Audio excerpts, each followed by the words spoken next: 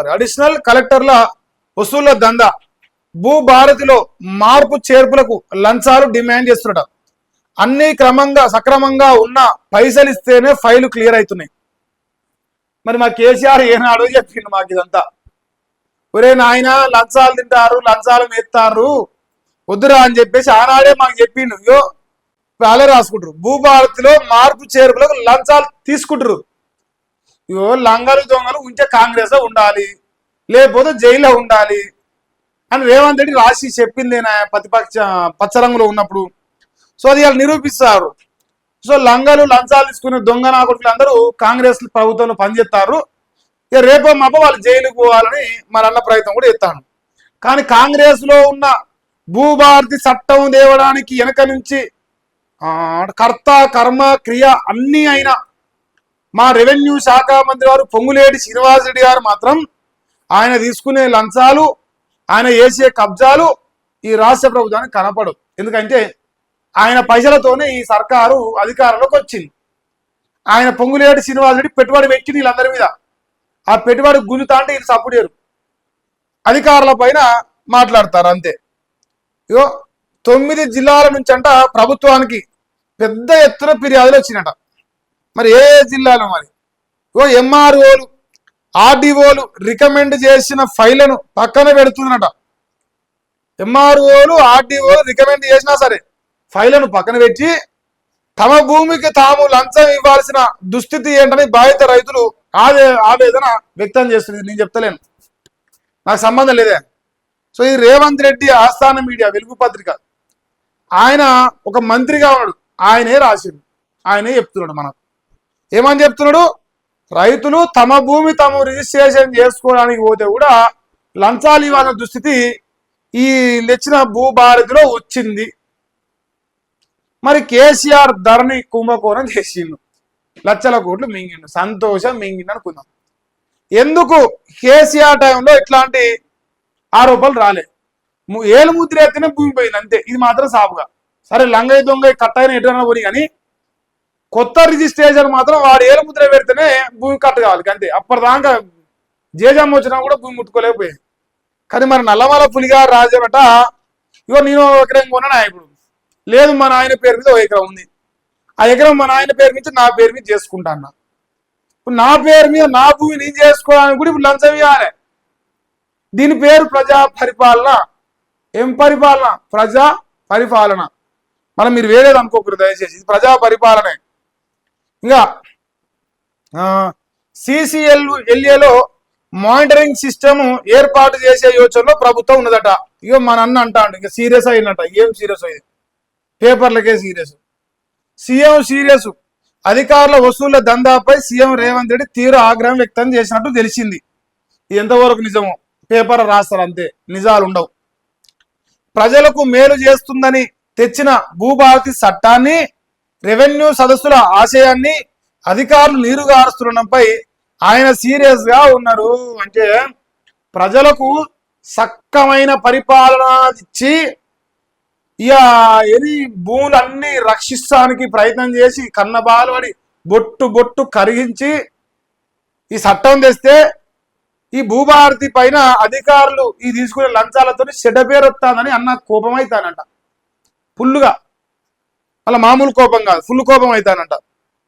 ఇక ఆన్లైన్ వేదికగా వస్తున్న ఫిర్యాదులను క్రోడీకరిస్తే సంగారెడ్డి పైసల జిల్లా, రంగారెడ్డి పైసల జిల్లా, మేడ్చలు పైసల జిల్లాలోనే, 3 కూడా పైసల జిల్లాలోనే అత్యధికంగా భూ సమస్యలు అవినీతి ఆరోపణలు ఉన్నట్టు సీఎంఓ గుర్తించింది. సరిగ్గా ఉన్న దరఖాస్తులు ఇంకా ఎందుకు పెండింగ్ లో ఉన్నాయో సంజాయిషి ఇవ్వాలని రైతులను ఇబ్బంది పెడుతున్న అధికారులను ఉపేక్షించేది లేదని సీఎం హెచ్చరించినట్టు తెలిసింది. కాగా గతంలో రంగారెడ్డి జిల్లా అదనపు కలెక్టర్ ఏసీబీకి చిక్కడం, ఇటీవల హనుమకొండ అడిషనల్ కలెక్టర్ ఏసీబీకి పట్టుబడడంతో ఆ స్థాయిలో జరుగుతున్న అవినీతి అక్రమాలను ప్రభుత్వం సీరియస్ గా తీసుకుంది. ఆల్రెడీ దొరికిన దొంగనా కొడుకులు ఉన్నారు కాబట్టి మిగతా ప్రాంతాల్లో జరుగుతున్న ఈ అవినీతి గురించి, ఈ లంచగొండలను పట్టుకునే ప్రోగ్రాం ముందలేసుకున్నాం అంటారు. చాలా మంచి విషయమే, దీనిలో నేను విమర్శించను. కాకపోతే నాకు ఇప్పుడు అర్థం కాని విషయం ఏంటంటన్నా, నువ్వు సీరియస్ అయినావు, నువ్వు యాక్షన్ తీసుకుంటున్నావు, నీ భూభారతి మంచిగా ఉండాలని కోరుకుంటున్నావు, ప్రజల సంక్షేమం చూసుకుంటున్నావు, ప్రజలు క్షేమంగా ఉండాలి, వాళ్ళ భూములు రక్షింపబడాలి, లంచగొండితనం లేకుండా ఉండాలి, అవినీతి పడినటువంటి ఉండొద్దు. ఇవన్నీ చాలా గొప్ప విషయాలే, చాలా మంచి విషయాలు. అసలు భూప్రపంచంలో ఇంత మంచి విషయాలు ఉండవు. కానీ నీలాంటి వాడు మాట్లాడే అర్హత ఉన్నదా? ఇప్పుడు కొండా సురేఖ కూతురు నీ మీద ఆరోపణ చేసింది, జీరో రెస్పాన్స్. పొంగులేటి శ్రీనివాస్ రెడ్డి మీద ఆరోపణ చేసింది, జీరో రెస్పాన్స్. ఉత్తమ్ కుమార్ రెడ్డి మీద ఆరోపణ చేసింది, జీరో రెస్పాన్స్. ఈ రాష్ట్రంలో నువ్వు గత 24 నెలల నీ సర్కారులో పొంగులేటి శ్రీనివాస్ రెడ్డి రెవెన్యూ శాఖ మంత్రి ప్రతిరోజు ఎన్నో కాడ ఆయన కుంభకోణం బయటపడుతుంది. నిన్నగాక మొన్న పోలీస్ స్టేషన్లో కేసు అయితే సిఐని తీసేసినాం. అధికారులు చక్కగా పనిచేస్తేనేమో వాళ్ళు సస్పెండ్ చేస్తుంది, దొంగనా కొడుకు లెక్క పనిచేస్తేనేమో అవినీతి పనులను ముద్రేస్తుంది. ఎట్లా పని చేయాలి మరి? వాడు చక్కగా పనిచేసి మంచి పేరు తెచ్చుకున్నాడనేమో. ఆహా, పొంగులేటి శ్రీనివాస్ రెడ్డి పొంగులేటి నెంబర్ 2 ముఖ్యమంత్రి అసవంటోని కొడుకుని అరెస్ట్ చేస్తారా, ఎఫ్ఐఆర్ చేస్తారా రాఘవ కన్స్ట్రక్షన్ అని చెప్పేసి సీరియస్ అయి సిఐ గారు సస్పెండ్ చేస్తుంది. ఇవాళ మంచి పని చేస్తే ఓర్తలేడు రేవంత్ రెడ్డి, లంగ పని చేద్దాంరా భయ్, లంగలేరు వస్తున్నారు, మంచోళ్ళు వస్తలేరుగా భయ్ అని చెప్పేసి వాళ్ళు అవినీతి చేస్తారు. ఆహా, అవినీతి చేస్తారు అంట. మరి ఎట్లా కావాలండి? అంటే మంచి పద్ధతి లెక్క బతుకోద్దండి, అంటే లంగ లెక్క కూడా బతుకోద్దండి. ఎట్లా బతకాలాడు? మరి నువ్వే చెప్పు, నువ్వు ఒక ఫార్ములా అయ్యి నీ లెక్క మరి రియల్ ఎస్టేట్లో ఎట్లా చంపాలి, ఎట్లా ఆర్టీఐలు వేసి బ్లాక్ మెయిల్ వేసి కోర్టు చంపాలి, అదన్నా ఒక ట్యూషన్ పెట్టు, ట్యూషన్ క్లాస్ మబ్బుల బడి పెట్టు. మా మలేషియా కాడ పెడుతున్నారు మబ్బుల బడి, అట్లా నువ్వు కూడా మబ్బుల బడి పెట్టి అట్లా నేర్పి. కానీ ఈ టార్చర్ ఏందా రోజు? ఓ అబ్బా, ఈయన ఎక్కడి ఇక మంచోడు రేవంత్ రెడ్డి అనాలి రేపటి నుంచి. రేవంత్ గౌడ్ కాదు, మంచోడు రేవంత్ రెడ్డి, లేదు ఠాగూర్, రేవంత్ ఠాగూర్ అనాలి. ఠాగూర్ సినిమా చూపిస్తాను ఇప్పుడు. నువ్వెంత సొక్కమైనా నువ్వు తెలియదా?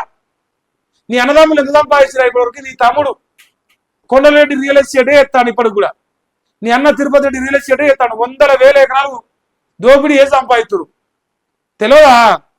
ఫ్యూచర్ సిటీ ఫ్యూచర్, నీ అన్నదమ్ములు నీ ఫ్యూచర్ మారుతానికి రియల్ ఎస్టేటే అని అంటారు జనాలు. నువ్వు చేసింది ఇవాళ నేను మంచోరని కలరింగ్ ఇస్తే ఎట్లా? జనం నమ్మాలి కదా నువ్వు మంచోరం అంటే. అది ఒక ముచ్చట. నెక్స్ట్ ఇక మన ప్రియాంక గాంధీ, రాజ్నాథ్ సింగ్ గారు, స్పీకర్ గారు, ఇటు పోతే నరేంద్ర మోదీ గారు అంతా కలిసి షాయి పే చర్చా అట.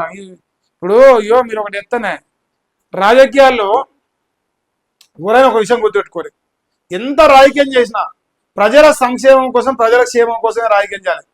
వ్యక్తిగతమైన రాజకీయాలు పోవద్దు, వ్యక్తిగతంగా ఎట్లాంటి పెట్టుకోవాలని అవసరం ఉండొద్దు. సో ప్రజల క్షేమమే ముఖ్యం కాబట్టి ఒక విషయం చెప్తా చూడు. సో స్పీకర్ టీ పార్టీలో మోదీ ప్రియాంక చేరిరట. మరి స్పీకర్ గారు ఆయన టీ పార్టీ ఇచ్చినట. అయితే లోక్సభ స్పీకరు ఓం బిర్లా శుక్రవారం సాయంత్రం తన ఛాంబర్లో ఎంపీలకు టీ పార్టీ ఇచ్చిండు. అధికార పార్టీకి చెందిన ఎంపీలతో పాటు కాంగ్రెస్ ఎంపీ ప్రియాంక గాంధీ కూడా ఇచ్చిండు. ఇతర ప్రతిపక్ష ఎంపీలు హాజరయ్యారు. ప్రధానమంత్రి నరేంద్ర మోదీ, రక్షణ మంత్రి రాజ్నాథ్ సింగ్, ప్రియాంక ఒకే చోట కూర్చొని సరదాగా మాట్లాడుకున్నారు. ఇది దానికి సంబంధించిన ఫోటో వేసారు. సో స్పీకర్ ఓం బిర్లా గారు మరి అసెంబ్లీ ఏమంటారు పార్లమెంటు సమావేశాలు అయిపోయిన సందర్భంగా ఆయన మరి అందరు పిలిచి చాయ్ పే చేర్చారు. ఏంటంటే టైం పాస్ ముచ్చట్లకి అంతే, క్యాజువల్ టాపిక్స్, మళ్ళీ దాంట్లో రాజకీయాలు ఏమి ఉండవు. సో ఇంకో నాకు ఇక్కడ నచ్చని విషయం ఒకటి చెప్తుండ్రు. ఈయన ప్రధానమంత్రి, ఈయన రక్షణ మంత్రి, ఈయన స్పీకరు, ఈమె ఆఫ్టర్ ఆల్ ఎంపీ. ఎందుకు ఈ దేశంలో వీళ్ళని చెదిరించుకున్నట్టే ఈ కాలు చూస్తారన్న ఎట్లుందో కనిపిస్తుందా? అక్క కాలు మీద కాలు వేసుకొని కూర్చుంది.